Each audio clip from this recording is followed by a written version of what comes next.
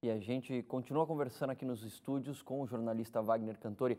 Wagner, a gente falou agora há pouco sobre Síria, Coreia do Norte, Estados Unidos, Venezuela, enfim. E o nosso telespectador, eu imagino que a maior parte deles não tem condições de estar em cada um desses países para ter a informação em primeira mão. Então eles se informam aqui com a gente nesse jornal, ou em outros jornais também. Mas jornais como nós aqui e outros jornais no Brasil e no mundo se informam de notícias internacionais por meio de agências internacionais que estão localizadas nesses países. E aí é que vem a minha pergunta, porque a gente não tem um grande número de agências internacionais de notícias. A gente deve ter umas 4 ou 5 grandes agências que informam todo o Ocidente aqui sobre informações e notícias do mundo inteiro. A informação pode ser um pouco comprometida ou a gente deveria tomar um pouco mais de cuidado com a informação que a gente toma como verdadeira, já que as fontes não são tão diversas?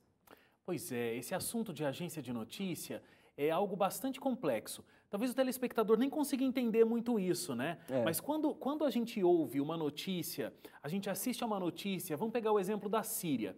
Então, grandes emissoras até têm um correspondente. Esse correspondente está lá. Ele está lá na Síria, acompanhando o processo. Mas mesmo aqui dentro do Brasil, acho que nesse exato momento são poucas as emissoras, se tiver alguma, que tem alguém na Síria. Bom, e principalmente lá no centro do conflito. Exato. Né? Lá dentro, onde o conflito realmente está acontecendo, são poucos os que entraram, que dirá os que estão lá. Né?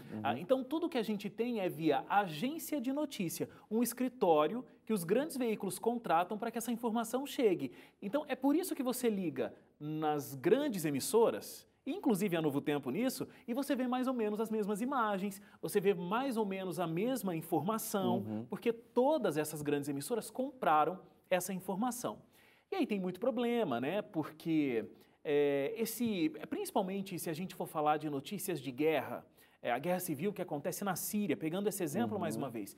Então a gente tem um noticiário que é muito numérico, é muito quantitativo e muito pouco qualitativo. E quando a gente tem uma informação para que ela nos forme, para que a gente consiga desenvolver inclusive uma opinião sobre algo, a gente não precisa só de dados numéricos, a gente não precisa só de realmente números e estatísticas. A gente precisa colocar rosto nessa estatística, a gente precisa colocar história, a gente precisa colocar todo um conteúdo emocional também. Então, quando você tem um repórter in loco trazendo uma informação, isso fica muito mais humanizado. Então, por isso que é uma das razões, né, obviamente, que quando existe um grande problema na Europa, um ataque terrorista, por exemplo, na Europa, e existe um número de pessoas mortas muito menor do que um dia de guerra civil na Síria, a gente se choca muito com a Europa e a guerra civil da Síria, mais um dia lá. Por quê? Porque não está humanizado. Então, esse é um grande problema. Fora a questão de como esses dados são checados. Eu não tenho um jornalista da minha emissora lá checando essas informações, mas eu tenho uma emissora comprando essa apuração.